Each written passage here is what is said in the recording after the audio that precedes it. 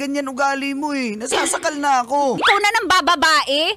Bakit mo ako ginawa kung gusto mo pa pala yung ex mo? Ha? Kasi mas mabait siya sa'yo. Traffic nga. Tanungin mo pa si Alvin. Sabay kami Alam ko lumabas. traffic. Saan ba hindi traffic sa Pilipinas, ha? Wala ka bang ibang dahilan? Pero pag sa ex mo, ang bilis-bilis mo makarating.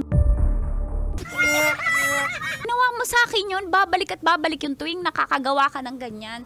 Alam mo, simula nung naging tayo, patagal ng patagal, wala ka ng effort. Nung naliligaw ka, ibang-iba ka. Ngayon, ibang-iba ka na rin. Ganyan ugali mo eh. Nasasakal na ako. Tapos ganyan ka? Nambibintang ka? O ano? Ulitin mo, ulitin mo. Sabihin mo na. O, sige. Ayoko na! O di, ayoko na rin. Talaga! Alam mo ka mo, ikaw pa matapang? Ikaw na nang bababae?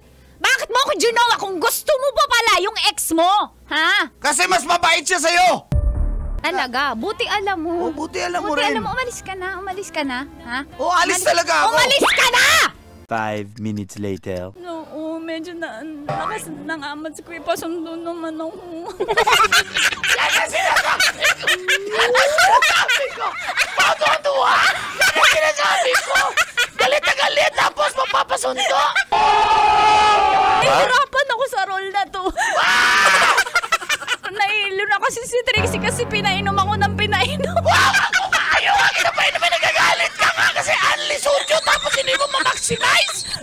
Kunyari mag-acting ka lang, kaibigan ka ba o kalaban? Oo, grabe, sorry ha, napainom ko siya ng marami. Kapag galing sa amoy, mas masarap. Talaga?